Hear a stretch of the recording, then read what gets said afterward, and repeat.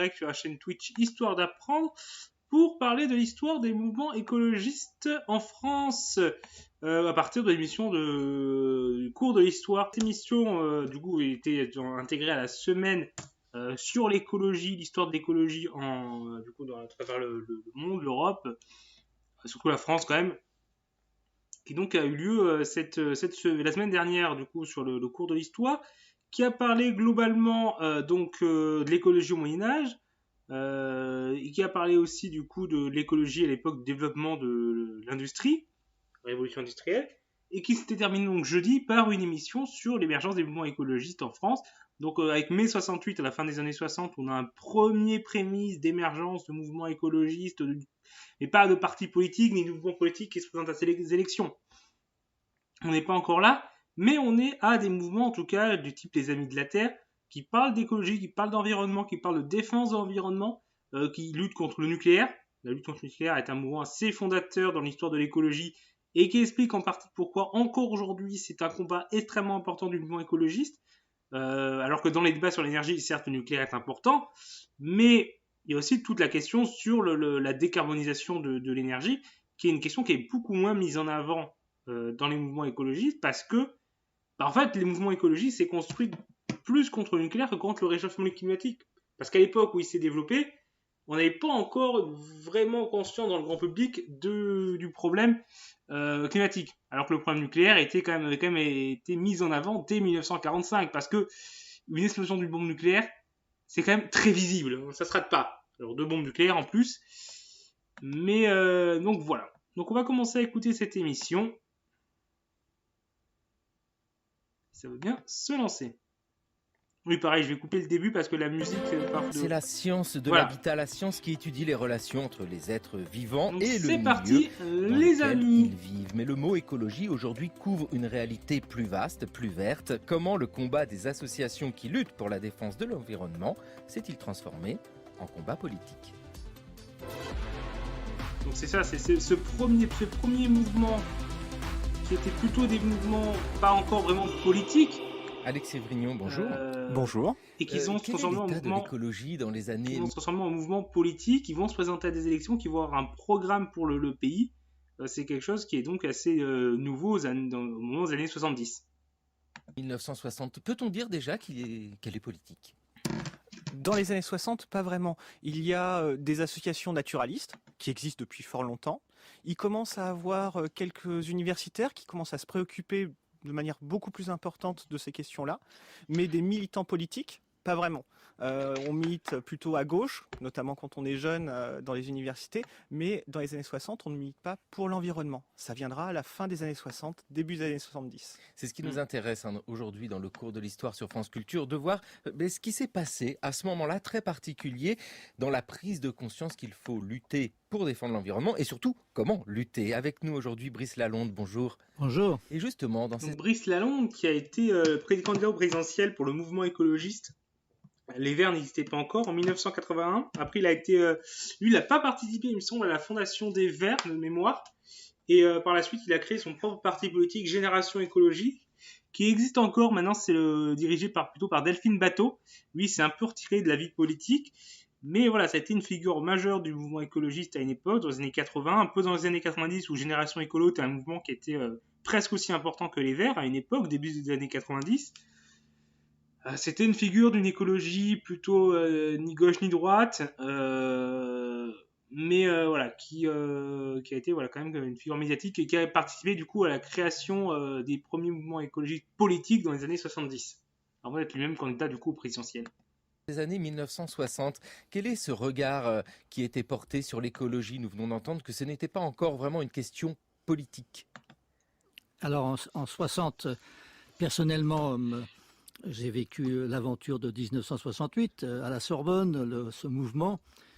Et après 68, lorsque les choses se sont un peu terminées, lorsque dans les élections générales, le parti gaulliste l'a emporté très largement, on était un peu déprimés, on ne savait plus très bien quoi faire. Et tout d'un coup, en 69, c'est le chemin de Damas pour moi. Oui, parce que après 1968, on pensait que c'était donc le 1968, grand mouvement contre les terres, grand mouvement de lutte, grand mouvement quand même assez progressiste. on s'attendait à ce que les idées progressistes soient plutôt en progression. Ça aurait paru logique vu le contexte. Sauf que dans les faits, c'est pas trop ce qui s'est observé. Dans les faits, dans les élections qui ont suivi juste après, quelques mois après, ça a été une vague conservatrice en fait.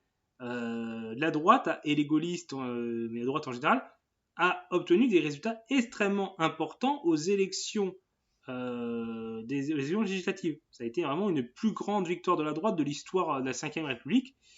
Et donc voilà, ça a été assez étonnant, mais il y a eu un réflexe contestataire, enfin non, réactionnaire, conservateur de la droite et des gens, notamment des personnes âgées, qui ont eu peur en fait du mouvement contestataire de mai 68.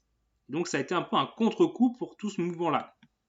C'est l'aventure Apollo, c'est l'homme qui marche sur la Lune et qui prend des photos, des petites photos de la planète Terre. Et tout d'un coup, cette planète toute seule, isolée, magnifique, dans le noir de l'espace, avec la Lune qui n'était que poussière, je me suis dit, mais la cause, mais c'est celle-là, il n'y en a qu'une, c'est la planète. Ah, c'est très beau cette image-là parce que ça évoque quelque chose immédiatement à tous ceux qui nous écoutent. C'est vrai que cette planète, se rendre compte qu'elle est fragile, c'est le fruit d'une longue histoire. Ce sont toutes ces émissions du cours de l'histoire que nous avons consacrées à l'écologie. 1968 a été évoqué, mouvement politique sans doute, mouvement contestataire. Alexis Vrignon, en quoi mai 68, les événements de 68 sont constitutifs aussi pour le combat écologique? Alors, c'est assez ambigu parce que d'un côté, dans les slogans de mai 68, on ne retrouve pas l'écologie stricto sensu. Par contre, on retrouve la mise en cause de la société de consommation, la mise en cause de l'aliénation, la remise en cause des autorités. Oui, c'était mai 68, c'était surtout un mouvement sociétal et social, plus qu'écologiste. Mais voilà, il y a des mouvements écologistes qui commencent un peu à se structurer un peu plus à ce moment-là. Il y a des jeunes qui se politisent à ce moment-là et qui vont s'intéresser un peu à ces questions-là. Mais voilà, c'est clairement pas l'aspect central. Mais évidemment, la remise en cause, du coup, c'est ce qu'il avait commencé à dire, de la société de consommation, de l'armée aussi, donc du nucléaire, de l'arme nucléaire et par association d'idées du nucléaire en général, vont être un terreau pour le développement du mouvement écologiste par la suite. D'une manière générale, et ça, ce sont des caractéristiques qu'on retrouvera par la suite dans les combats écologistes. Quand ensuite on conteste les centrales nucléaires, on conteste aussi un État qui prétend imposer des décisions qu'on conteste. Et ça, c'est l'héritage de mai 68. Oui, cet héritage qui est important parce que Brice Lalonde, effectivement, vous l'avez évoqué, mai 68 et puis 69, l'homme sur la Lune. Justement, vous l'avez constaté, vous l'avez vécu, vous étiez là à ce basculement, j'ai envie de dire, le moment où, au-delà de ressentir quelque chose en regardant la Terre vue de la Lune, on se dit il faut agir.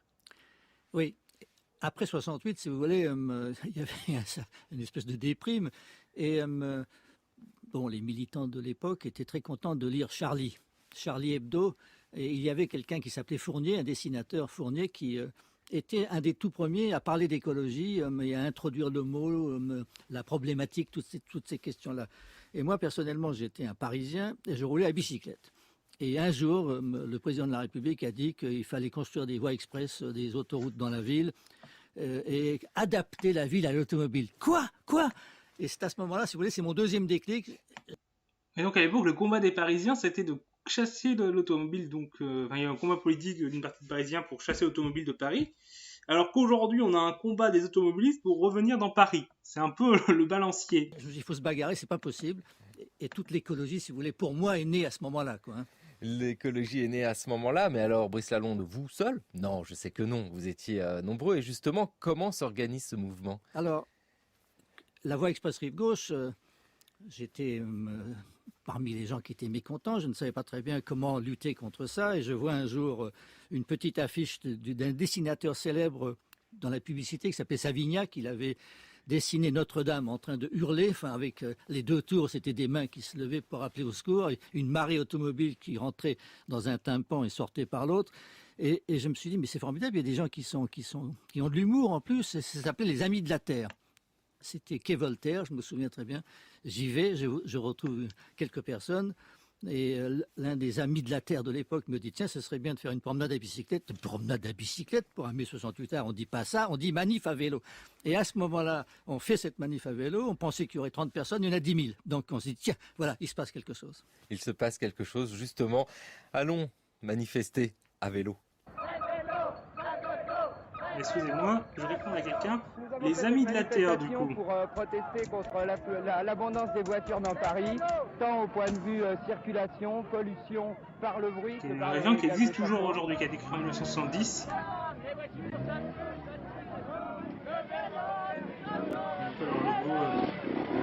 C'est un des premiers mouvements écologistes en France. En tant que moyen individuel de circuler d'une ville à une autre, mais à l'intérieur des grandes villes et surtout dans les centres, ça nous paraît ne pas être cohérent. Mais qui êtes-vous vous-même ? Moi, je suis président des Amis de la Terre. C'est l'organisation qui a lancé le mouvement. Ce qu'on demande surtout, c'est la régularisation de la circulation dans Paris, la mise à la disposition de vélos communautaires pour les Parisiens. Et qui les paierait ? Qui les paierait ? Le gouvernement. Le vélo communautaire, du coup, c'est un peu l'ancêtre du Vélib, en fait. Regarde le gars. Et la prochaine fois, hein, on roule sur la jante, on ôte le pneu et on roule sur la jante. Hein. Les salauds, ils ont mis des punaises. En 1972, une manifestation à vélo. Brice Lalonde, nous ne sommes pas dans un mouvement politique. Là, il n'y a pas de volonté politique. Mais malgré tout, nous entendons dans cette archive qu'il y a alors l'amorce d'un programme, des idées quand même qui sont développées. Oui, ça va assez vite. Hein.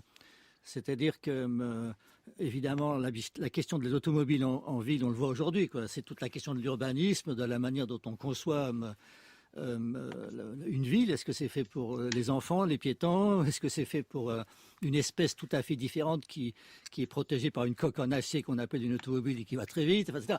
Donc, toutes ces questions, on commence à réfléchir. Donc, on se dit, tiens, est-ce qu'il n'y a pas une... Alors, nous avons un commentaire de Cyrielle Rosabeldir. Coucou, je voulais savoir comment ça se passe sur votre page, vu que des gens malhonnêtes vous ont piraté. Alors oui, du coup, ce qui nous s'est passé hier, c'est ce piratage, alors pas de la page, mais du groupe Facebook, parce que du coup, on avait une page Facebook qu'on a toujours, 61 000 personnes actuellement dessus, et un groupe Facebook où il y avait 127 000 personnes dessus. Ce qui s'est passé, de ce que j'ai vu, il y a un des comptes secondaires de gestion de la page qui est juste modérateur sur la page, mais qui nous sert si on a un souci avec nos comptes principaux, a été piraté. Ce compte étant juste modérateur et pas administrateur, ils n'ont pas pu prendre le contrôle de la page. Par contre, ils avaient des droits de gestion sur le groupe, et ils ont ainsi pu rajouter de nouveaux administrateurs et nous retirer la gestion de la page, du groupe, et ainsi prendre le contrôle du groupe Facebook, histoire d'apprendre. Qui du coup, nous n'avons plus la main dessus, qui a complètement changé de nom. Maintenant, c'est un nom en anglais en rapport avec la santé, des trucs comme ça. Enfin, le truc mais c'est genre, je pense, pour des ventes de produits de santé, même si pour l'instant, ils publient rien dessus. Donc, je sais pas s'ils ont prévu de le vendre, parce que de ce que j'ai vu du compte d'un des nouveaux administrateurs, que j'ai tenté de contacter aussi, mais le mec, il a rien répondu de particulier. Et donc, je pense, il a l'air d'être quelqu'un qui vend des groupes et des pages Facebook. Donc, je pense que son but, ça, c'est de vendre. Donc, c'est ça, c'est Herbal Car and Body Tips. Et donc, voilà, il y a le groupe est inactif,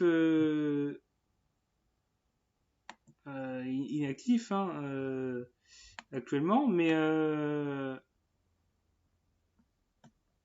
voilà, c'est je suis resté dessus pour pouvoir surveiller ce qui s'y se passe, notamment voir s'il y a de nouveaux administrateurs au moment que je peux contacter pour tenter de le récupérer, ce qu'ils font du groupe.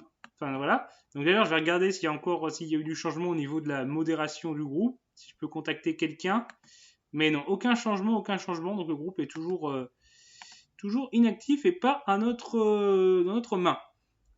C'est quand même, voilà, c'est quelque chose qui nous a bien emmerdé hier.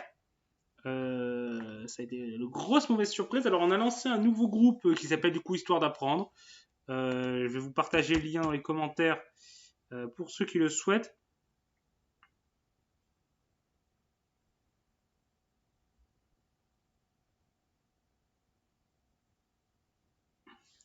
Hop, Facebook, voilà. Et donc, voilà, c'était un peu la. Hier, on a contacté Facebook, on a contacté les administrateurs, on a dû recréer le nouveau groupe, faire un peu de communication autour du nouveau groupe pour que les gens soient au courant. Et voilà, ça a été vraiment. J'avoue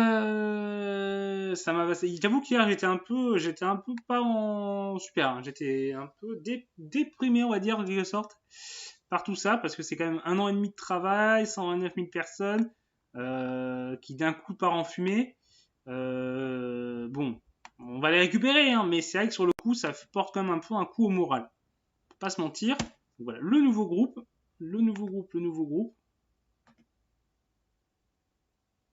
Bah en fait, je pense qu'ils oui, ils veulent vendre le groupe à quelqu'un qui va partager dessus des trucs à vendre ou ce genre de choses. Pour en fait, de ce que j'ai vu, c'est quelqu'un qui fait un trafic de groupes et de pages Facebook qu'il récupère plus ou moins légalement. Donc par piratage ou peut-être en rachetant. Et ensuite, il les vend. Il les vend en faisant des bénéfices dessus à des personnes qui ont besoin de pages ou de groupes pour diffuser différents contenus. Donc ça peut être des contenus, ça peut être juste quelqu'un qui veut partager ses vidéos pour se faire de la visibilité. Ça peut être quelqu'un qui veut vendre. Voilà. Mince, excusez-moi, j'ai ma rediff de live qui tourne en même temps. Hein, mais c'est vrai que sur le coup, voilà, mince, voilà, je me coupe la parole, enfin je me coupe le son parce que j'étais en train de parler.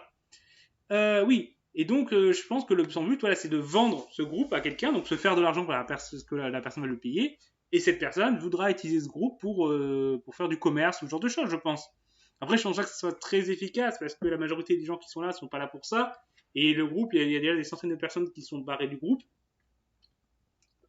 Et ça va probablement continuer. Mais voilà, mais je vais surveiller ça et puis voir s'il y a du nouveau et si on peut faire quelque chose pour le récupérer. Et là, sur le nouveau groupe, là, on est 700. Donc bon, ça monte bien, ça monte vite. Mais c'est vrai que comparé aux 129 000 personnes, il va falloir du temps pour que ça revienne. Oui, ben cool, merci.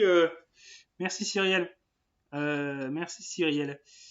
Et donc là, sinon, ce soir, là, je suis en train d'écouter une émission du cours de l'histoire sur l'émergence des mouvements écologistes en France.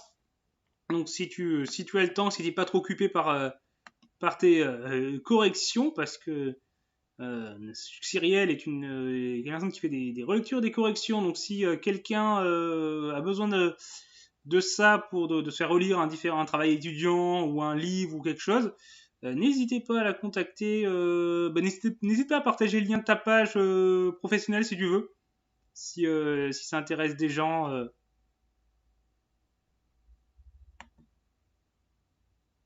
Si ça peut intéresser des gens qui auraient besoin de tes services. Et je vais relancer l'émission.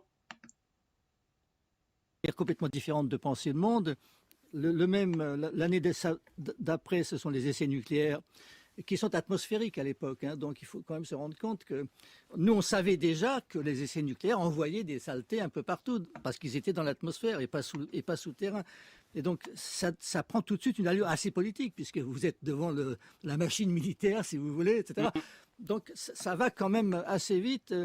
Et en 72, il faut que vous vous rendiez compte que c'était l'année du rapport au Club de Rome, c'est-à-dire, ça a été mal traduit en français, les limites de la croissance.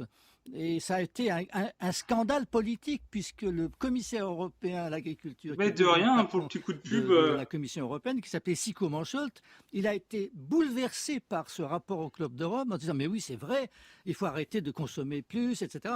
Et donc il avait fait un rapport qui avait fait un gros scandale et c'était les deux qui étaient les plus opposés à ce rapport, c'était Georges Marchais pour le Parti communiste et je ne sais plus pour le patronat français. Les deux extrêmes, si vous voulez, de la civilisation industrielle qui étaient les plus choqués par ce rapport. C'est vrai que pour une fois que le communiste était d'accord avec le syndicat des patronats, c'était quand même quelque chose d'assez original. Mais c'est vrai que c'est l'époque où le PCF était très, très productiviste. Et en vrai, il l'est encore aujourd'hui, mais même, il a quand même accepté quand même pas mal d'évolutions par rapport à l'époque en termes d'écologie. Hein. Aujourd'hui, le PCF a un programme écologiste qui est quand même assez développé, hein, qu'on peut être d'accord ou pas avec son programme et avec certains aspects. Mais par contre, c'est clair qu'au début, ça a mis du temps un peu pour arriver les questions écologistes. Alors que Karl Marx était pourtant un précurseur de l'écologie, hein, mais il y a eu quelques détours idéologiques et politiques dans l'histoire du communisme entre-temps. Par l'idée que D'une partie du communisme, parce que le communisme, c'était pas que le PCF, c'était pas que l'URSS, loin de là. il faudrait peut-être arrêter un peu la croissance ou faire attention. Donc tout ça, c'était au même moment, quoi. Et puis ensuite, il y a eu évidemment le René Dumont, par exemple, puisqu'on en parlera peut-être plus tard. Il publie un livre qui s'appelle candidat présidentiel écologiste en 73, qui est en quelque sorte une traduction pour le grand public de ce rapport du Club de Rome qui dit attention parce que si on continue comme ça, la pollution, les ressources, etc., ça va aller mal. Et même là, on avait peur aussi de la démographie mondiale et tout ça. Ah, René Dumont, donc, si vous voulez voir à quoi il ressemblait. Ça a pris une dimension de civilisation ou une dimension en tous les cas politique. Oui, et la chronologie est très fine, hein. Alexis Vrignon, vous êtes enseignant-chercheur à l'université de Pau et des Pays de l'Adour et vous publiez La naissance de l'écologie politique en France, une nébuleuse au cœur des années 68. C'est très intéressant d'ailleurs ce titre, mais nous sentons, je disais, une chronologie fine. 68, nous connaissons les événements. 69, Brice Lalonde voit la Terre depuis la Lune. Et puis, en l'espace de quelques années, il se passe quelque chose. Comment ça se construit? Ce sont des discussions dans des associations qui sont déjà présentes ou des associations qui se créent? Alors, la plupart du temps, ce sont des associations qui se créent. Comme je l'ai dit déjà, il existait déjà des petits mouvements naturalistes depuis longtemps, mais finalement, dans beaucoup de sphères différentes, se créent de nouvelles structures. Les naturalistes se fédèrent dans la Fédération française des sociétés de protection de la nature, par exemple. Du côté de ceux qui sont pour l'agriculture biologique, il y a des choses qui se passent avec Nature et Progrès, les Amis de la Terre. Et donc, toutes ces personnes qui ont des parcours militants différents, des convictions parfois différentes, mais qui se regroupent et se reconnaissent dans des préoccupations similaires, eh bien, ils se croisent dans des manifestations, dans des salons, dans des réunions. Ils se connaissent. Ils ne sont pas forcément d'accord entre eux, mais petit à petit, ils échangent les informations et ça coagule. Et c'est vrai que ça coagule très vite, avec toujours cette diversité qui reste par contre très présente. Dans le cas des Amis de la Terre, Brice Lalonde, comment ça fonctionnait, cette association? Est-ce que ça fonctionnait déjà? Si, ça fonctionnait bien. Au départ, c'était un petit club, en quelque sorte, et puis ensuite, c'est devenu une association très militante. Et à l'époque, quand même, vous aviez quand même beaucoup de militants, hein, cette espèce de caractéristiques citoyennes, de gens qui sont actifs, qui veulent se mobiliser, qui veulent porter leur cause, qui veulent servir. C'est tous les jeunes de 68, c'est le baby-boom et tout ça, qui arrivent à l'âge adulte et qui ont envie d'être utiles, quoi. Donc voilà. Très vite, notre association Les Amis de la Terre crée des petits sous-groupes, des groupes locaux un peu partout. Il y avait même quelqu'un qui s'appelait Riette qui habitait au Mans. Alors vous vous rendez compte, donc, je me souviens encore de ça. Donc si vous voulez, partout il y a des associations qui se créent et qui sont très actives parce qu'il y a une manifestation à préparer, etc. Les essais nucléaires, donc en 73, on a occupé Notre-Dame, on a fait venir les Amis de la Terre australiens, il y avait déjà une association internationale. Notre ami de la Terre australien, je sais qu'il est venu loger chez moi pendant 1 an, et il nous mettait en rapport avec les bateaux qui croisaient au large de l'Australie, de la Nouvelle-Zélande, etc. Donc ça s'est fait assez vite, et je me souviens de Nature et Progrès, le premier salon, on les a tous connus. Il y avait aussi des pacifistes, il y avait des mondialistes, il y avait un peu de tout, quoi. Et tout ça, tous ces gens s'aimaient bien, quoi. À l'époque, on s'aimait bien, il n'y avait pas de tension particulière. Ça, nous sentons ici ce sous-texte beaucoup plus contemporain, ou en tout cas sur... Oui, parce que la division du mouvement écologiste entre différents partis, ou même au sein du parti Les Verts, c'est une longue histoire de lutte intestine politique, à la fois politique au niveau des idées. Il y a des désaccords d'idées, hein, à la fois est-ce que l'écologie doit être de gauche ou de droite, est-ce que l'écologie doit être apolitique, est-ce que l'écologie doit être un nouveau clivage, et puis est-ce que l'écologie doit être pour ou contre différents aspects, pour ou contre même le nucléaire. Pour faire débat au sein de l'écologie entre ceux qui veulent axer plutôt sur l'urgence climatique et ceux qui considèrent que la question du nucléaire est plus centrale. Et puis les questions, voilà, c'est quelles questions on met en priorité, quelle source d'énergie on veut privilégier. Il y a plein de débats au sein du mouvement écologiste. Et après, il y a des accords de personnes. Et ça aussi, ça c'est dans le cas dans tous les mouvements politiques. Après, Alexis Vrignon, justement, il y a cette dimension internationale qui vient d'être évoquée aussi dans cette constitution d'un mouvement politique lié à l'écologie. C'est très important. Ah, pourquoi les gens aujourd'hui militent moins ça, c'est un fait, c'est un fait. Les partis politiques ont beaucoup moins d'adhérents qu'avant, les syndicats ont beaucoup moins d'adhérents qu'avant, même les associations ont moins d'adhérents qu'avant. Le militantisme, l'engagement diminue aujourd'hui en France. Plusieurs facteurs peuvent l'expliquer. Déjà, il y a une décrédibilisation des mouvements écologiques, des mouvements politiques. Ça n'aide pas. Quand les mouvements politiques sont moins crédibles, les gens vont moins adhérer à ces mouvements-là. Les syndicats aussi ont un peu perdu en crédibilité. Il y a eu des médias qui ont aussi tapé sur les syndicats d'un côté pour différentes raisons. Donc ça a joué. Il y a également plusieurs échecs dans des luttes qui ont pu aussi donner l'impression que les syndicats ne sont plus en mesure de remporter des victoires. Ensuite, il y a peut-être une progression de l'individualisme. Il y a aussi le fait peut-être que les gens sont aujourd'hui moins ouverts à une vie sociale et culturelle qu'avant, parce que est-ce que dans les villages, il y a autant de fêtes de village qu'avant? Est-ce que les nouvelles générations vont autant aux fêtes du village que les anciennes? J'ai pas forcément l'impression. Est-ce que on va voir beaucoup de nos voisins comme avant pour des fêtes de voisins, pour des fêtes de quartier? J'ai l'impression que ça aussi, j'ai l'impression, j'ai pas trop connu cette époque parce que je suis jeune aussi, et toi aussi, Cyrielle. Mais de ce que j'ai l'impression, c'est que toute cette vie collective a un peu reculé. Et ça aussi, c'est si on n'est plus dans un individualisme, on va moins militer dans des organisations diverses. Et puis une vie qui est maintenant où on est occupé et stimulé par plein de choses, par le travail, mais également par plein de nouveaux loisirs, par les réseaux sociaux. Voilà, là, je vais faire un peu peut-être vieux con en disant ça, mais c'est vrai que Internet, tout ça, ça a ouvert toute une possibilité d'activités différentes, mais à distance. Et même ce que je suis en train de faire là, sur Twitch, bon, j'ai que 2 personnes, mais ceux qui ont des centaines de milliers de personnes qui sont en direct en même temps, ils font quelque chose en même temps, mais à distance. Et le truc, c'est qu'avec Internet, on a toujours quelque chose de ce type-là quasiment à regarder. Il y a toujours quasiment, un live, pas forcément toujours, mais ou une rediffusion de live, ou une vidéo. On a toujours un contenu qu'on peut choisir, qu'on peut regarder, et ça c'est bien, mais ça, je pense que ça peut aussi du coup être détourné d'une vie plus à l'extérieur et plus en contact direct physiquement avec les gens, en présentiel on va dire, pour être dans un vocabulaire contemporain. Et du coup ça peut aussi jouer. Puis après oui, c'est que des réseaux de solidarité ont pu aussi se diminuer avec le temps. Le fait peut-être que les gens vivent moins dans les mêmes villages qu'avant, les gens sont plus aujourd'hui à une mobilité, on regarde moins longtemps le même boulot qu'avant, on est peut-être plus souvent obligé de déménager pour le travail qu'à une époque, et donc être moins ancré dans une sociabilité, et du coup être moins engagé dans les mouvements qui sont liés à cette sociabilité. Il peut y avoir pas mal de facteurs qui jouent, mais par contre oui, c'est un fait que les gens sont moins militants, moins engagés qu'avant. Et je pense que n'importe quel responsable d'association un peu ancienne, oui, ça peut chez certaines personnes de se rechercher le collectif, de rechercher le présentiel, le contact. Ça peut jouer en effet.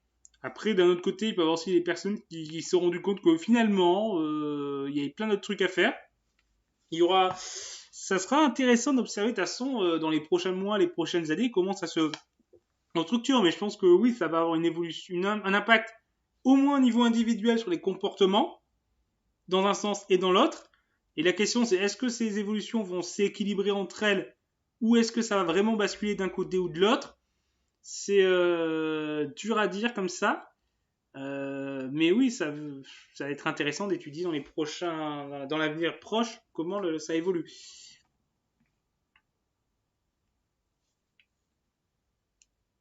Puis peut-être aujourd'hui aussi, on est peut-être plus à chercher la petite bête qu'avant. Peut-être que avant, c'était plus courant de militer dans un mouvement avec qui on n'était pas d'accord avec tout, mais parce qu'on était d'accord avec des bases essentielles. Et de même, on était plus facilement à pouvoir voter pour quelqu'un avec qui on n'était pas totalement d'accord, mais parce qu'en face, on avait un choix qui nous plaisait moins. Les reports de voix se faisaient bien mieux avant, entre au sein de la gauche, au sein de la droite. En 2002, où tout le monde a voté comme un seul homme pour Chirac contre Le Pen, alors que ça n'a pas du tout été le cas en 2017. Peut-être qu'aujourd'hui, les gens sont aussi, du coup, à ce niveau-là, plus intransigeants, moins prêts à des concessions au niveau des idées. Et comme c'est quasiment impossible d'avoir un mouvement avec lequel on est d'accord avec tout, on a toujours un aspect qui va nous déranger et faire qu'on va moins y aller. Ça peut peut-être jouer aussi. Mais oui, ça demanderait. Mais je pense qu'il y a souvent des sociologues qui ont travaillé dessus ou des politologues qui ont travaillé sur ce sujet. Ça peut être des travaux intéressants à étudier. Ça. La France suit un mouvement, mais qui vient d'où? Nous entendons parler de l'Australie, les États-Unis aussi peut-être? Alors, les États-Unis sont l'une des sources, pas unique, mais l'une des sources, effectivement, parce qu'il y avait une documentation qui n'était pas forcément accessible en France, par exemple sur le nucléaire, donc elle est traduite en France, elle circule comme ça. Il y a les Amis de la Terre, sont une association à l'origine américaine, et ensuite française très rapidement après, donc il y a ces circulations autour de l'Atlantique qui existent. Mais par ailleurs, il y a d'autres sources d'inspiration beaucoup plus française, pourrait-on dire, autour justement de réflexions sur la nature et ce genre de choses. Donc il y a une coagulation, mais c'est vrai que ces circulations internationales sont importantes pour que les gens se disent « Ah, ce que je ressentais comme un problème, là je peux mettre plus le doigt dessus, j'ai des informations, j'ai des données pour justement transformer ce qui est peut-être un mal-être, une sensation, ainsi de suite, en un militantisme plus argumenté, finalement. » Dans ce que j'entends par votre témoignage, Brice Lalonde, et puis parce que vous nous dites, Alexis Vrignon, le regard de l'historien, c'est l'importance de l'information, de la circulation de l'information. Aujourd'hui, nous bénéficions des réseaux sociaux, d'un flux d'informations.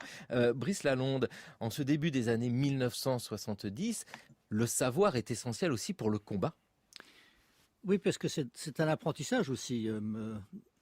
Par exemple, on parlait des naturalistes. Nous avons beaucoup appris, moi j'ai beaucoup appris des naturalistes, puisque j'étais en quelque sorte un militant. Je savais comment organiser une manifestation, je savais comment, à l'époque c'était distribuer des tracts, il n'y avait pas encore les réseaux sociaux et tout ça, il n'y avait pas Internet. Mais tout d'un coup, la découverte d'un monde extraordinaire, le monde de la nature, expliqué par des naturalistes. Ils venaient de combattre à la Vanoise. Ils avaient gagné sur la Vanoise contre des projets immobiliers qui devaient dénaturer un parc national, etc. Il y avait quelqu'un qui s'appelle Le Breton, le professeur Le Breton. On parlait d'énergie. Donc, on a énormément appris et on a su beaucoup de choses nouvelles qu'on a essayé ensuite de diffuser, quoi. On était un peu des enseignants. Et évidemment, en plus... moi, je travaillais dans un groupe de journaux, le Nouvel Observateur, qui avait créé Le Sauvage. Et il y avait aussi d'autres amis qui travaillaient dans la Gueule ouverte. Donc, il y avait des journaux, une presse qui s'était constituée. Et là, on était en rapport avec Bosquet, Michel Bosquet, Gérard Horst, Gortz, André Gortz, avec Moscovici, avec tous ces gens-là. Et donc, non seulement on avait les naturalistes qui nous expliquaient exactement toutes les petites bestioles, comment ça fonctionne, un écosystème, etc. Mais on avait aussi les intellectuels, en quelque sorte, les philosophes, qui donnaient une dimension plus importante à notre combat. Et donc on a tout de suite vu que c'était politique, si vous voulez. On a vu, parce que d'abord on était formés à l'histoire du mouvement ouvrier français, de tout ça, on était formés à tout ça. On était formés à l'histoire aussi des révolutions parisiennes qui changeaient toute la France, etc. Oui, ces premiers militants écologistes, souvent, parfois, venaient de l'extrême gauche. Même si certains sont partis après dans une écologie ni gauche ni droite, beaucoup de militants écologistes ont eu des origines à l'extrême gauche, et ces premiers mouvements écologistes, c'était des jeunes souvent proches des milieux trotskistes ou anarchistes.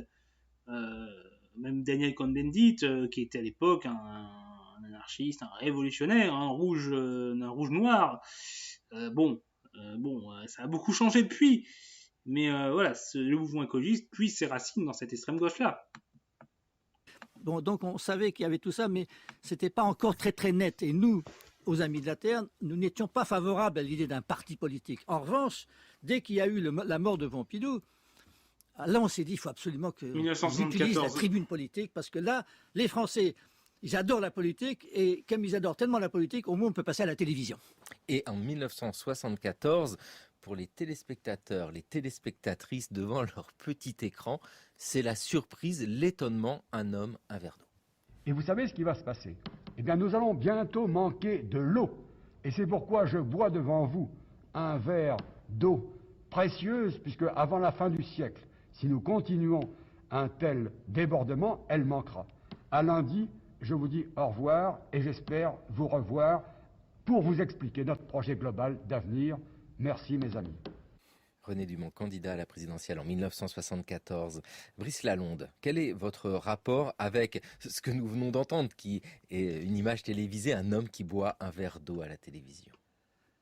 Oui, c'est fou. À la mort de Georges Pompidou, il y a une élection présidentielle.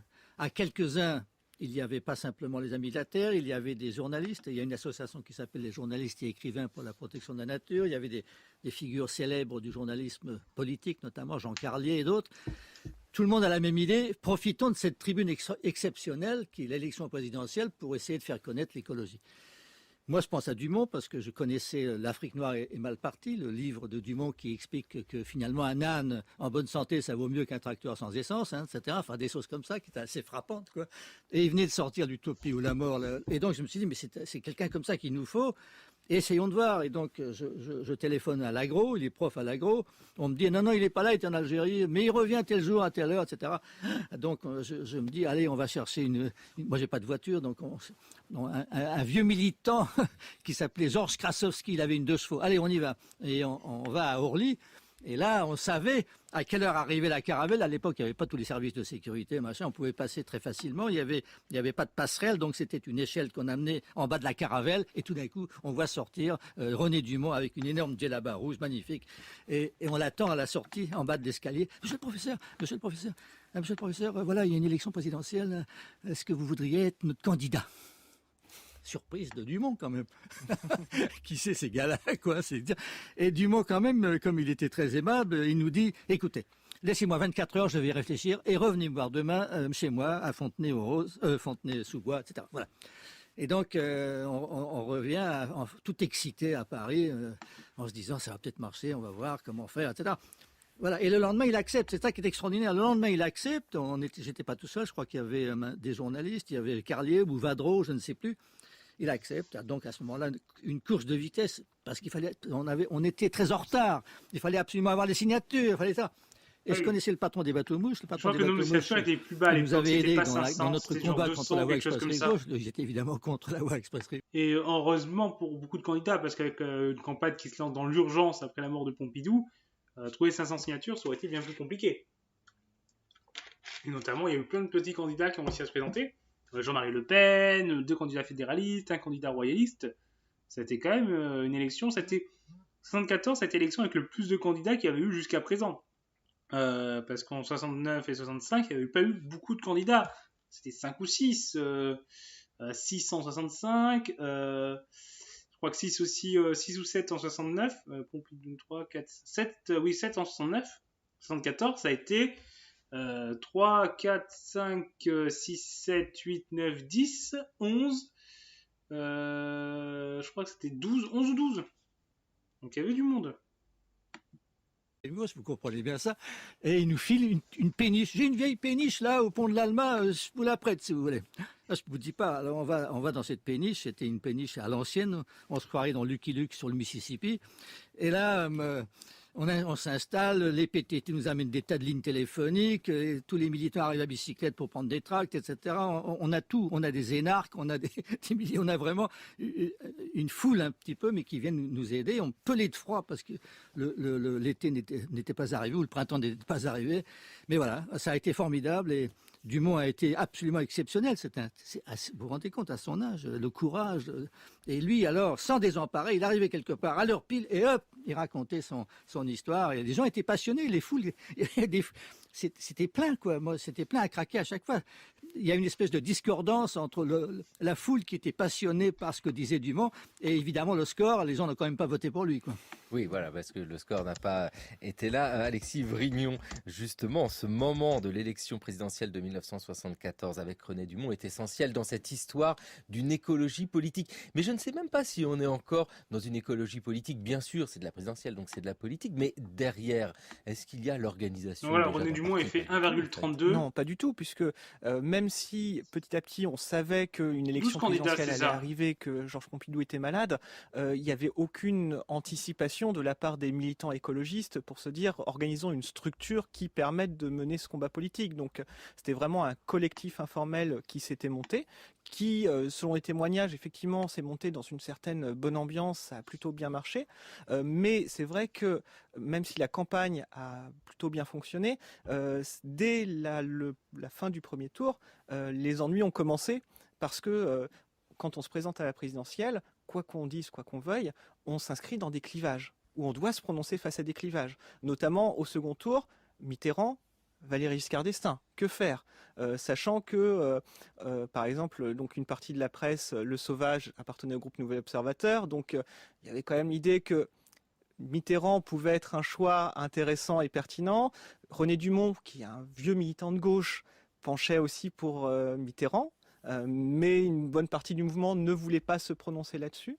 Une autre choisie autour de Philippe Samar, qui était un énarque qui avait publié un livre qui avait bien marché sur ces questions-là, socialisation de la nature, lui choisit de se mettre au service de Valéry Giscard d'Estaing en proposant un programme au second tour sur les questions de protection de la nature. Ce qui fait d'ailleurs que dans le second tour, Valéry Giscard d'Estaing a mieux négocié finalement cette question-là que François Mitterrand, qui dans ses déclarations semblait dire que le socialisme primait et grâce au socialisme, éventuellement, la protection de la nature allait suivre. Alors que Valéry Giscard d'Estaing avait senti politiquement quelque chose et donnait, en tout cas dans le discours, plus d'importance à ça. Donc du coup, les ennuis commencent à ce niveau-là. Il y a une tentative d'organisation d'un collectif un peu plus formel, le mouvement écologique, qui suit la présidentielle, mais dès la première réunion, c'est clivage sur clivage, incompréhension, rivalité personnelle, rivalité plus profonde, ainsi de suite. Et c'est vrai que l'histoire de l'écologie politique sera l'histoire de trouver la bonne structure pour essayer de réguler toute cette diversité. Oui, en 1974, René Dumont obtient moins de 2% des suffrages, 1,3. Et vous nous dites, Alexis Vrignon, les ennuis commencent. Brice Lalonde, êtes-vous d'accord avec les ennuis commencent au moment de parler d'écologie politique? Alors moi, je ne l'ai pas senti, si vous voulez, donc je ne connais pas tout ça. L'effort de créer un mouvement écologique unifié, ça, j'y ai participé. On s'est retrouvé d'ailleurs chez Dumont lui-même à Montargis pour essayer de faire ça. On avait un atelier de la Cité fleurie des artistes parce qu'on s'était battu pour les conserver à Paris et Giscard d'Estaing d'ailleurs en arrivant à arrêter les travaux, etc. Donc on se réunissait là un petit peu, mais c'est vrai que ça n'a pas marché tout simplement parce que bon finalement c'était peut-être pas mûr. Nous, aux Amis de la Terre, nous étions hostiles à l'idée d'un parti. Voilà, je dois le dire. D'ailleurs, je persiste, si je puis dire. Pour moi, l'écologie, c'est l'affaire de absolument tout le monde, de tous les partis. Donc, c'est une compétition pour tout le monde. Mais bon, il y avait en effet une tradition, si vous voulez, politique française qui est un parti d'avant-garde. C'est absolument nécessaire, il faut le créer. Et ensuite, les masses suivront, quoi. Bon, et donc, cette tentation-là a été très présente. On y a résisté pendant un bout de temps. Puis ensuite, c'est sur le modèle allemand, ce sont les Allemands en réalité, et la création du Parti vert allemand dans les années 90, hein, ils sont arrivés, non, dans les années 80, pardon, c'est eux qui ont ensuite inspiré le modèle français, quoi. Oui, parce que même après l'élection présidentielle de 1974, où il y a ce candidat, René Dumont, candidat écolo, bien, il est difficile de mettre en place un parti politique parce qu'il n'y a pas la volonté, vous nous le dites bien, Brice Lalonde. Cependant, et ça, tout le monde l'a constaté en allumant sa télévision, il y a des moments, des lieux particuliers où le combat est là très présent, le combat militant, c'est le cas à Fessenheim. Fessenheim, tout seul, nous aurait peut-être en effet fait bouger, mais nous ne demandons pas du tout que ce soit porté ailleurs, premièrement, et nous demandons surtout que partout où il y aura des centrales nucléaires, les gens soient informés et, dans un certain sens, sachent, s'ils acceptent la centrale, quels sont les risques auxquels ils s'exposent. Je crois que c'est le droit le plus strict de tout individu. Il y a quand même une certaine psychose de la pollution, c'est certain. On a peur un peu aussi de ce mot nucléaire. Vous avez publié, vous, une revue, Fessenheim, Vie ou mort de l'Alsace. Est-ce que vous pensez quand même pas que vous allez un petit peu trop loin? Je ne le pense pas. Je crois que c'est effectivement très très grave. Et surtout, c'est irréversible. Si les savants que nous avons cités ont raison, l'Alsace sera un désert dans 100 ans. C'est la militante écologiste Esther Peter-Davies qui s'exprimait en 1970, donc on est avant l'élection présidentielle, et qui disait c'est un combat local. On peut le comprendre très bien, Fessenheim, et puis on pourrait développer plein de combats locaux. Alexis Vrignon, est-ce qu'après l'élection présidentielle, eh bien cette idée que le combat est local disparaît un peu pour une idée que tous les combats sont nationaux, au sens où ils ont une vocation à mettre en place un mouvement général? Pas forcément. Et c'est l'un des points de clivage qu'il peut avoir, c'est-à-dire qu'il y a une partie des militants qui considèrent que le combat prioritaire, voire essentiel, c'est le combat sur le terrain. Et que, à la limite, se présenter aux élections, c'est secondaire ou c'est uniquement pour de l'information. Parce qu'effectivement, on a l'attention des médias, on peut distribuer des tracts, c'est plus facile d'avoir un accès aux médias à ce moment-là, ou quand on était opposant, c'était une époque où c'était moins facile que maintenant. Par contre, il y a une autre tendance qui considère que les élections sont l'un des moyens pertinents pour justement faire avancer ce combat, et que les élections n'ont du coup pas seulement vocation à être de l'information, mais qu'il faut, tant qu'à faire, essayer de faire le meilleur score, établir un rapport de force politique, et peut-être, même si ça se dit pas beaucoup à l'époque, parce que voilà, même se faire élire. Oui. Ça, ce sera le cas. Finalement, on se rend compte qu'à partir de 1974, à toutes les élections, il y aura des candidats écologistes. Alors, pas forcément dans toutes les circonscriptions, parce que c'est compliqué, mais il y aura des candidats écologistes aux municipales, aux cantonales, aux législatives. Un candidat écologiste au municipal après l'élection présidentielle de 1974, tenez, nous en avons un. Brice Lalonde, c'est le cas à Paris, pour vous, en 1977 ? En 1976 même. 76, oui. Et 77. 77, ce sont les élections municipales. C'est l'époque où le statut de Paris change. Il y a un maire. Alors qu'avant, il n'y avait pas de maire. Il y avait un préfet. C'était directement administré par l'État. Et donc, comme il y a un maire, c'est formidable. Donc, tout le monde se précipite. Oui, Giscard d'Estaing, il va envoyer Michel Dornano, qui est d'ailleurs le ministre de l'Environnement. Je ne sais pas s'il était à l'époque. Et Jacques Chirac de Corrèze dit « Ah non, c'est pour moi, j'y vais, etc. » Donc, si vous voulez, il y avait un enjeu, quoi. Tout le monde était passionné par ça. Et donc, nous, on s'est présenté, en effet. Moi, je m'étais présenté dans le 5e arrondissement pour une élection législative partielle quelques mois auparavant. J'avais dessiné une belle affiche. Et si vous voulez, ça avait bien marché. Et on sentait que ça montait, si je puis dire. On sent ces choses-là en politique. Et donc, en 77, on a présenté des candidats aux élections municipales partout. Et ça a très, très, très bien marché, puisqu'ils ont tous eu 10%. La moyenne à Paris, c'était 10%, un peu plus, un peu moins. Et donc, à ce moment-là, ça donnait vraiment l'impression que le mouvement était parti. Mais ce n'était pas un parti politique. Et à l'époque, nous, les candidateurs, on théorisait ça. Alors peut-être qu'on avait tort. On disait, il faut faire des organisations ad hoc, c'est-à-dire pour l'occasion. Et les communistes, qui avaient le soutien de l'ensemble de la gauche, étaient arrivés en tête, mais avec peu de réserve de voix. Par contre, je suis étonné qu'il n'y ait pas eu de maintien au second tour des candidats écologistes. Mais le problème, c'est qu'il n'y a pas les résultats par arrondissement. Donc, je sais pas si c'est parce que ça me paraît bizarre qu'on a un tel score, telle progression de la droite sans maintien des écologistes. Ça me paraît un peu bizarre. Mais il faudrait voir si on peut trouver les résultats ailleurs. En tout cas, les écologistes faisaient 10% des voix. On construit une organisation, un collectif, je ne sais quoi, et on le dissout après. On appelait ça les organisations biodégradables. Et on tenait absolument à faire ça, tellement on était hostile à l'idée du parti, parce qu'on avait été échaudé par tous les partis d'avant-garde, de toutes les tendances néo-marxistes, si vous voulez, de l'époque de la Sorbonne, les Chinois, les machins, les trotskistes, les autres, etc. On en avait soupé, quoi. Oui, d'accord, parce que là, j'aime beaucoup de saisir, en fait, comment, dans ce monde qui est un monde extrêmement vivant de réflexion.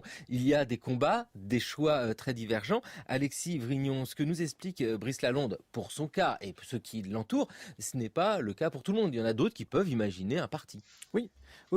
Du côté de ceux qu'on appelle à l'époque les Alsaciens, il y a très vite beaucoup plus une réflexion sur une organisation pérenne et non pas biodégradable, en considérant que quand on fait une organisation ad hoc, tout est à refaire à chaque élection, avec tous les équilibres qui sont très complexes, sur lesquels on passe beaucoup de temps, et qu'au contraire, pour des questions d'efficacité et de respectabilité, il faut justement avoir quelque chose qui dure dans le temps. Donc c'est Antoine Wechter, Solange Fernex, Esther Peter Davis, dont on a entendu parler.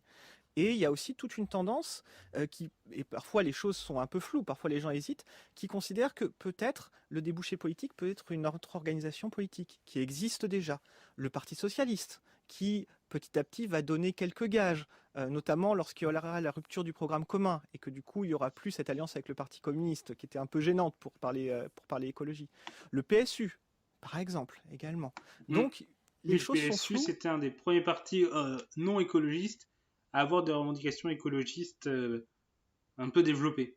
Et d'ailleurs, une partie des militants du PSU, après la disparition du PSU, passeront chez les Verts. Et les gens évoluent. Et puis, la situation elle-même évolue avec un questionnement. Est-ce une action liée uniquement à l'écologie? Est-ce une action plus globale, une action sociale? De toute façon, au cœur des années 1970, il y a toutes ces questions avec, mais sans cesse dans l'actualité, des moments particuliers. Un mot suffit pour faire venir à notre esprit des images, Larzac. Laissez passer la manifestation et rejoignez le comité derrière le cortège, s'il vous plaît. C'est les tours. Ne restez pas devant. N'avancez pas sur le côté. Sur le côté, vous allez derrière, s'il vous plaît. Rejoignez vos comités.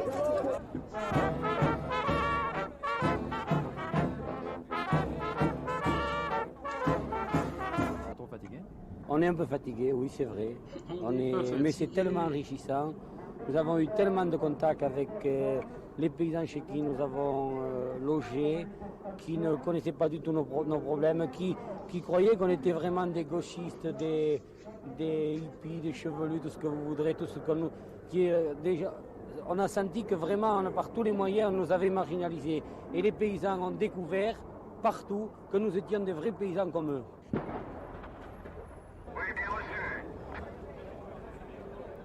Le Larzac présenté aux actualités de 20h en décembre 1978. Voilà, ce sont des mouvements qui sont intéressants au sens où il y a la question sociale aussi. Brice Lalonde, est-ce que cette volonté d'agir, alors d'agir pour la société, je ne dis pas d'agir en politique, mais peu à peu s'associe à d'autres réflexions plus générales, de se dire, ne pas mettre en place un mouvement politique peut-être, mais enfin une réflexion globale sur la société? Mais oui, bien sûr. Le Larzac, c'était un moment important parce que c'était aussi un moment de jonction, comment dire, avec d'autres mouvements. Et moi, je me souviens d'avoir été logé chez un paysan du Larzac et j'avais appris à équeuter les haricots verts. Et il me disait, ne fais pas des épluchures de riches, ça c'est quand tu les écotais trop. Donc vous voyez, il fallait faire attention. Enfin, c'est des détails comme ça, ça vous marque au bout d'un certain temps. Donc en effet, la question sociale est devenue très importante. Pour vous dire, mais bon... on avait réfléchi beaucoup à une notion qu'on avait opposée au pouvoir d'achat, qu'on avait appelé le pouvoir de vivre. Et le pouvoir de vivre, pour nous écologistes, il n'y a pas que la question du salaire, bon instant, il y a la question de savoir où tu habites, combien de temps de libre tu as, qu'est-ce que tu manges, etc. On avait voulu élargir, si vous voulez, la notion du bien-être, pas simplement à la question de l'argent et du salaire, mais à toute la question du cadre de vie, du temps dont on dispose, des moyens que l'on peut avoir pour faire les choses par soi-même, etc. Et donc, oui, à ce moment-là, c'était déjà une contre-proposition générale, si vous voulez, sur l'organisation de la société. Bon, on ne savait pas très bien comment la faire passer, comment l'exprimer, comment convaincre les Français de ça. Mais j'ai eu d'ailleurs le grand plaisir de voir qu'il n'y a pas longtemps, la CFDT avait repris cette idée. Donc, oui, on avait déjà, en effet, réfléchi à une manière d'organiser la société différemment, notamment autour du temps libre, du partage du travail, si je puis dire, d'une certaine façon. Bon, oui, on avait avancé sur tous ces sujets-là. Bon, c'était pas encore parfait, hein. Justement, cette année-là, 1978 que nous évoquons, c'est l'année où Brice Lalonde, vous publiez Pourquoi les écologistes font-ils de la politique? Alors, vous ne l'avez pas publié seul, enfin, ce sont des entretiens. Hein. Il y avait Serge Moscovici, que vous avez déjà cité, René Dumont aussi. J'ose pas vous demander si aujourd'hui vous avez la réponse. Pourquoi font-ils de la politique? Mais pourquoi se poser la question à ce moment-là? Mais parce que nous sentions bien que nous avions une vision du monde, nous portions une vision du monde à laquelle devait forcément correspondre une manière de voir la société différente, de voir la production différente, etc. On sortait d'une société qui était totalement axée sur, disons, l'usine, la production. On avait un monde qui avait été longuement dominé par, d'un côté, le parti de gaullistes, de l'autre côté le Parti communiste qui avait une espèce de connivence sur les choses, qui n'était pas du tout européenne à l'époque, etc. Et nous, on était beaucoup plus ouverts sur l'Europe, on voulait discuter, on était favorable à l'idée du libéralisme ou de l'autogestion, selon qu'on était à droite ou à gauche, etc. On était favorable à cette espèce de libération, si vous voulez, de la société, des formes de vie. Bon, et donc on a essayé d'expliciter ça dans nos publications. Oh là là, mais que le temps passe vite. L'élection présidentielle de 1974 est déjà loin. Alexis Vrignon, nous approchons de l'élection de 80. Non mais voilà, cette échéance de l'élection de 1980 oblige évidemment tous ces mouvements à réfléchir à l'action politique. Oui, et finalement, l'idée de y va-t-on ou n'y va-t-on pas est vite résolue. Il y a vraiment l'idée, il y a une sorte de consensus parmi les militants pour se dire nous y allons. Après, toute la question, c'est de savoir comment désigner un candidat. Donc là, il y a une primaire qui est organisée entre différents candidats, dont les deux plus importants sont Philippe Le Breton et Brice Lalonde, qui représentent deux tendances, les deux grandes tendances qui se sont structurées petit à petit. Une tendance libérale, et qui est incarnée par Brice Lalonde, et une tendance plus naturaliste, plus attentive vraiment à cette question scientifique, qui la met en tout cas au premier plan, qui est incarnée par Philippe Le Breton, qui était professeur à l'université de Lyon. Et c'est vrai que cette primaire est l'occasion un petit peu de voir un peu les rapports de force au sein du mouvement, et donc ce qui se traduit par la désignation de Brice Lalonde. Oui, parce que cette notion même de primaire est quelque chose d'intéressant dans notre histoire politique. Allez, installons-nous confortablement sur le canapé. Le 15 juin 1980, il est 20h et nous regardons Antenne 2. Total votant 468, blanc 4, nul 7, net Le Breton 99, Brice Lalonde 358. La victoire confortable de Brice Lalonde à Paris a été tempérée par les résultats de la province où Philippe Le Breton a refait un peu de terrain. Écart final entre les deux hommes, 55%, 45%. Le nouveau candidat au présidentiel va maintenant essayer de faire réellement l'unité des écologistes autour de lui. Brice Lalonde doit aussi expliquer le programme des écologistes. C'est d'une part changer réellement l'économie, un système économique qui pour l'instant détruit la vie, qui organise le chômage. C'est organiser de nouvelles relations avec le tiers-monde et puis c'est changer la démocratie avec notamment des procédures de démocratie directe. Tous les écologistes sont d'accord là-dessus. Et un des grands symboles, si vous voulez, sur lesquels nous sommes tous d'accord, c'est le refus d'un programme nucléaire qui asservit les gens et puis finalement qui désorganise complètement le système économique. La campagne sera longue, elle sera difficile et c'est une campagne qui est collective. Par conséquent, nous allons nous mettre au travail tout de suite, ça c'est sûr.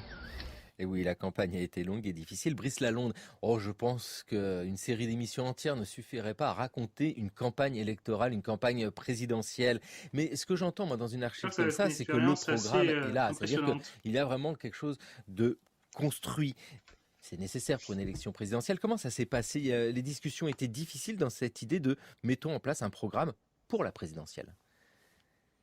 Alors, est-ce que ça a été difficile? Pas vraiment. À un moment donné... Quand vous êtes le candidat, vous avez la main sur la relation aux médias et tout ça. Donc, même si derrière vous avez des heures et des heures de discussion et d'élaboration d'un programme extrêmement touffu, à un moment donné, vous êtes devant les médias, vous avez 3 minutes ou même pas même 1 minute pour parler. Vous êtes obligé de résumer les choses. Donc, c'est comme ça que ça se termine. Moi, mon souvenir de cette candidature, c'est que Coluche voulait se présenter à l'époque et que je copinais. Moi, avec Coluche, on copinait avec tous les gens de Charlie et toute la bande qui était autour. Et Coluche me dit, Brice, si les arbres votent, t'es président. Si les arbres ne votent pas, t'es pas président. Laisse-moi la place plutôt. Et donc, si vous voulez, c'était assez amusant. Alors, évidemment, moi, je me prenais au sérieux. L'écologie, c'est sérieux. Je disais à Coluche, écoute, c'est quand même sérieux. Alors, je t'en prie, écarte-toi. Mais peut-on parler déjà de politique, d'une écologie politique? Là, nous y sommes quasiment, mais est-ce que le parti n'est pas encore aussi formé que ce que nous connaissons aujourd'hui, hein? C'est vraiment cette question-là. Le parti vert s'est constitué en 83, je crois, mais c'est sur le modèle allemand. Les Allemands sont 10 ans en retard sur les Français, hein, si vous voulez. C'est assez frappant. L'écologie politique, je pense qu'elle est née avec Dumont, hein, c'est quand même le premier acte d'entrée en politique d'un mouvement nouveau qui s'appelle l'écologie, les écologistes. Et ensuite, ça s'est constitué progressivement. Alors maintenant, la question du parti, la question de l'écologie, j'en parlerai différemment aujourd'hui, donc j'ose à peine le dire aujourd'hui, mais je pense que l'événement le plus important, pas simplement pour le mouvement écologique, mais pour la totalité des peuples du monde, c'est le changement climatique. Et le changement climatique, à l'époque, on n'en parlait pas. Voilà. C'est très important de comprendre ça parce que du coup, ça veut dire que, par exemple, le nucléaire, on était tous hostiles au nucléaire. C'était vraiment le symbole de la technocratie, du risque, etc.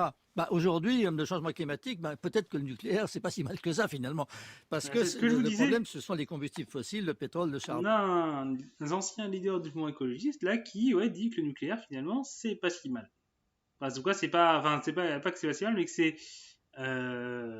c'est pas le qui est à tête de notre priorité. Alors que oui, clairement, quand on pense écologie, on pense anti-nucléaire. Et là, on a un exemple qui est plus complexe. On va pas débattre ici de la question du nucléaire ou pas, hein, c'est pas le sujet et ça demanderait plusieurs heures de discussion sur les avantages de chaque source d'énergie, voire même plusieurs jours.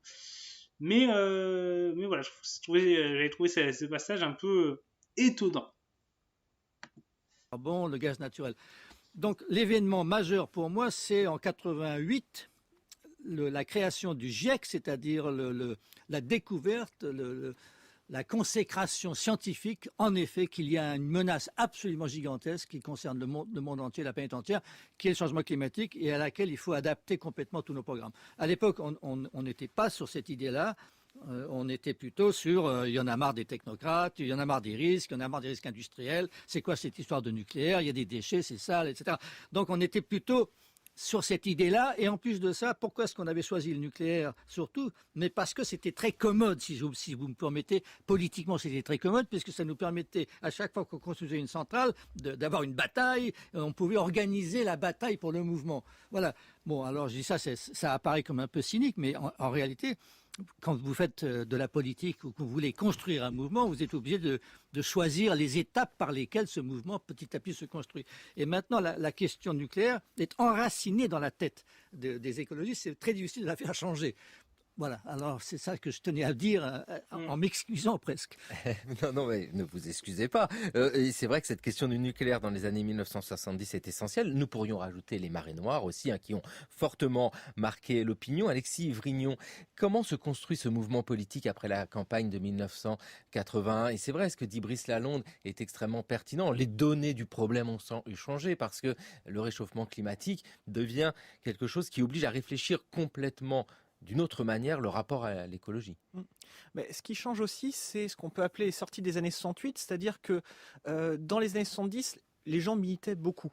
Ils militaient sur le terrain, il y avait un vrai investissement qui se réduit petit à petit au début des années 80. Et c'est pour ça que certains se disent une structure pérenne, institutionnalisée, avec des procédures, ainsi de suite, permet finalement de se passer un peu de cette énergie militante qui tente à s'essouffler finalement. Et donc il y a aussi ce choix pragmatique de la part de certains, de se dire, au moins les choses durent, parce que tout simplement on a moins de militants. Et voilà. Ça joue aussi. Et l'autre chose qui joue, c'est qu'en 1979, il y a eu une élection européenne, certains écologistes se sont présentés, ils n'ont pas fait 5%. Ils n'ont pas été remboursés de leurs frais de campagne. Ça a été financièrement et individuellement pour eux très compliqué. Et pour ceux qui ont fait partie de cette aventure, ils se sont dit ok, un parti politique qui prend le risque financier à la place des individus, ça peut être aussi intéressant si on se présente à des élections. C'est bien ce côté pragmatique, mais c'est intéressant parce que nous saisissons à vous écouter l'un et l'autre, Brice Lalonde, Alexis Vrignon, qu'en l'espace d'une... Est-ce que j'ai toujours l'intention d'écrire un livre sur la mine de Champagnac? Oui, mais par contre, ça sera pas avant la fin de mon mémoire, parce que ce livre reprendra grosso modo mon mémoire, donc je vais attendre de l'avoir fini, donc ce sera pas avant 2 ans. Donc il y aura la version mémoire, et il y aura une version livre, il y aura quelques changements par rapport à ça. Et oui, j'ai vu, je viens de voir du coup ta question, oui. Et donc, ensuite, une vidéo sur le changement des regards au cours de l'histoire sur les questions LGBTQI+, oui, c'est un sujet intéressant. Après, c'est un sujet, oui, on peut rester sur le monde occidental, parce qu'il y aurait la question au-delà de l'Occident, en Asie, en Afrique, en Amérique, mais en restant sur la partie occidentale. Il y aurait clairement des choses à dire entre la Grèce, Rome, le Moyen-Âge. Il y a plusieurs étapes, mais ça serait un sujet intéressant. Après, c'est comme pareil pour d'autres sujets que tu m'avais proposés. Actuellement, c'est le manque de temps pour préparer des sujets en dehors de ce qui est en rapport avec ce que je vois en cours ou mon mémoire. Mais oui, c'est un sujet que j'ai déjà pensé à faire un sujet en rapport avec ça. Et clairement, il faudra que je fasse ça pour un 17 mai. Il y aura un 17 mai où je sortirai une vidéo là-dessus. Mais je sais pas. Ce 17 mai, ça va dépendre de quand c'est que je termine les cours et de quand c'est que ma soutenance de mémoire. Mais je verrai. Une dizaine d'années, en fait, il y a vraiment cette prise de conscience et surtout cette organisation qui nous conduit à des vrais questionnements d'aujourd'hui et des questionnements politiques. C'est ceux que nous allons croiser à l'élection présidentielle. Merci vivement à vous deux de ce témoignage et analyse. Voilà, c'est terminé pour cette émission. Donc je vous laisse vous voir si vous avez quelques remarques, quelques questions sur l'émission ou sur autre chose. Et puis après, je couperai le live.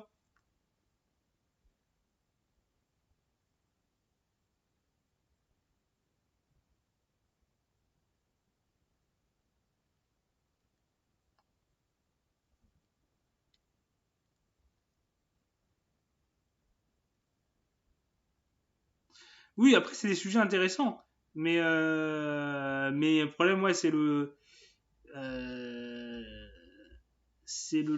la préparation de ces sujets. Mais oui, clairement, il faudrait que j'en parle un jour de ces sujets. Après, voilà, après j'ai le temps. Hein, ça peut, si je l'ai fait dans 3 ans, écoute, ça veut dire que dans 3 ans, je fais des sujets, je sais que je serai pas à court de sujets, quoi. Mais c'est clair que c'est un peu chronophage. Préparation du mémoire, tu connais ça. Tu connais ça. Mais aujourd'hui, j'ai un peu avancé. Disons que maintenant, j'ai un plan à peu près. Oui, je t'avais montré, j'ai à peu près mon plan. Et j'ai réfléchi à ce que je dois rédiger une des grandes parties cette année. Et donc, j'ai réfléchi à la grande partie que je devais faire. Et j'ai commencé en fait, avec des informations que j'avais déjà recueillies, des choses que j'avais déjà écrites, à remplir un peu les sous-parties de la partie que je vais rédiger. Donc j'ai des blogs, des petits morceaux, j'ai fait un peu des recherches pour compléter, j'ai marqué un peu quelques annotations qu'il faudrait que je mette, des notes de bas de page. Donc j'ai commencé. Aujourd'hui, j'ai avancé, j'ai lu aussi. Je suis assez content de ma journée de travail.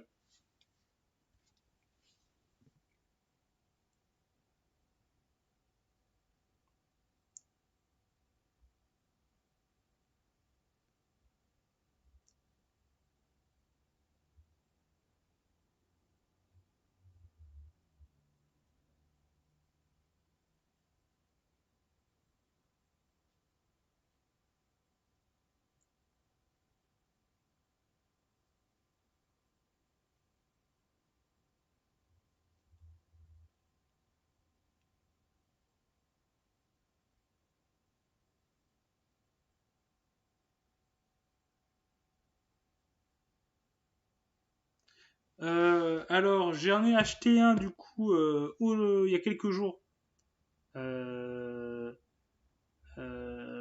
Donc sur l'histoire de la mine en France, donc d'une historienne spécialisée du sujet, donc que j'ai lu, que j'ai commencé à lire là. Enfin, j'ai commencé à lire jeudi dernier, donc là je suis à une centaine de 130 pages, 140 pages aujourd'hui. Donc, je suis atteint la page 140. J'ai pas lu 140 pages aujourd'hui quand même. Parce que comme il faut que je prenne des notes en même temps. Il y a un livre sur les houillères d'Auvergne que je voudrais récupérer, que je retrouve le nom de cette...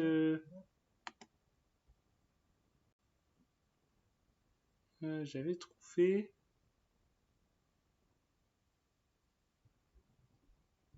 Il y avait un livre que j'avais noté, mais je sais plus où il est. Est-ce que c'est celui-là?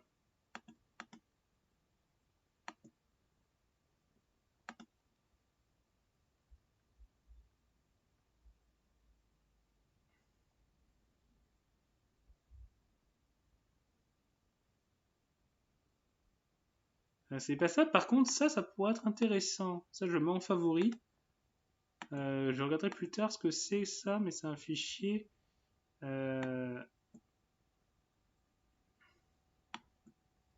Histoire des mines d'Auvergne. Livre.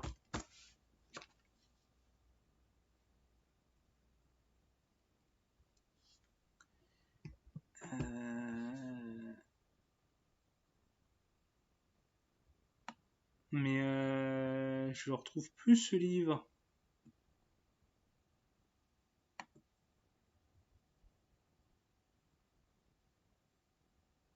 Ah, je crois que c'est celui-là.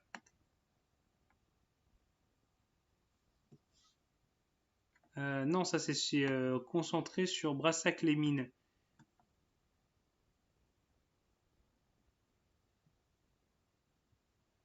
Donc ça c'est vraiment concentré sur d'autres mines que celles qui m'intéressent.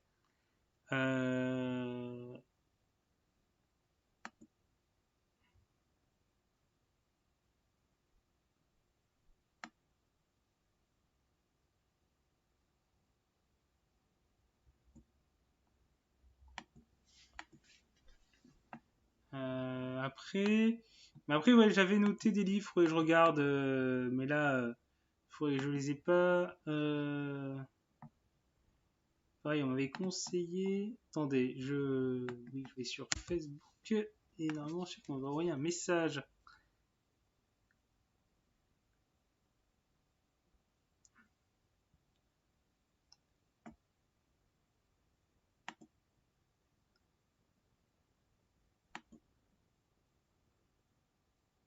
Tout voir dans Messenger. Hop.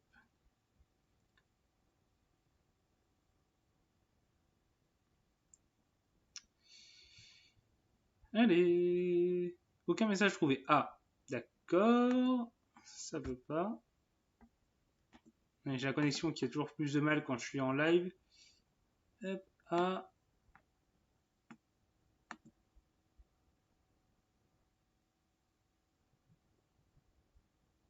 Là.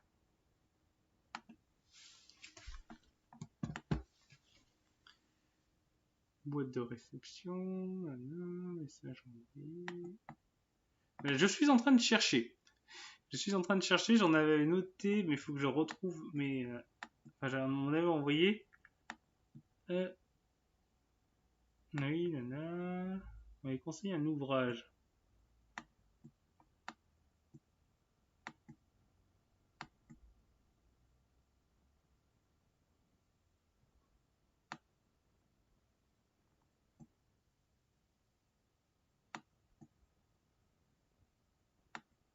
Alors il y a mais celui-là c'est une thèse, donc je sais pas si elle a été éditée en livre, faudrait que je regarde. Faudrait que je regarde. Ça je te répondrai plus tard parce que du coup faut que je regarde à côté. Mais en tout cas voilà, j'ai deux livres actuellement déjà que j'ai. Enfin, j'ai un livre que j'ai lu, un autre livre que j'ai acheté que je suis en train de lire, et je sais que j'en avais remarqué qui pouvait être intéressant.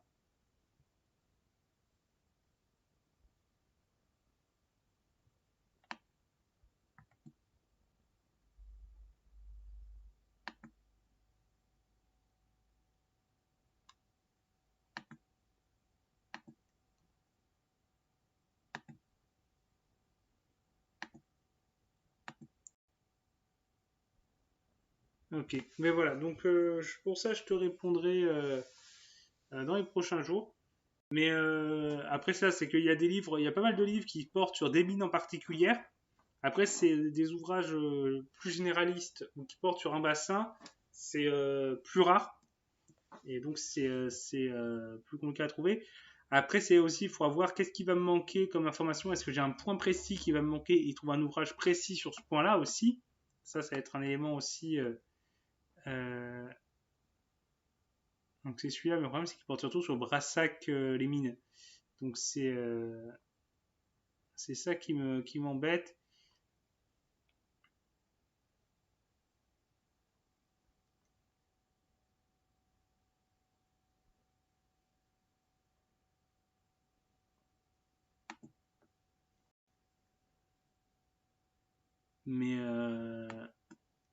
Mais voilà, en tout cas, je te répondrai. Bref, je vais couper ce live-là. Je vais juste du coup envoyer un raid sur la chaîne de Crane qui est actuellement en live sur un jeu vidéo. C'est un streamer assez. J'aime bien. Je suis ses lives de temps en temps quand j'ai le temps. Qui est très sympathique et qui trouve que ses lives, il y a une bonne ambiance et tout. Donc je lance ça, je vous envoie chez lui. N'hésitez pas à lui faire un bonjour de ma part, même s'il ne me connaît. Enfin, il m'a sûrement vu en commentaire quelques fois, mais pas assez pour me connaître. Mais en tout cas, voilà, n'hésitez pas à dire que vous venez de la part d'Histoire d'apprendre si vous y allez. Et puis sinon, bonne soirée à tous. Au revoir. Prêt à lancer le raid. Non, il faut que j'attende quelques secondes pour que le raid se lance.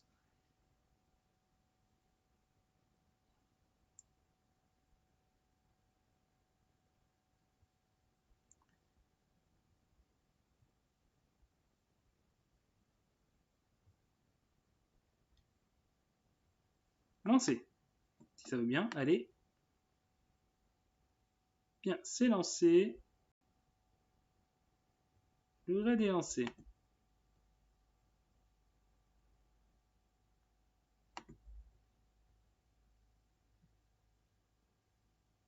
Du coup, moi, je peux couper le live ou pas, du coup?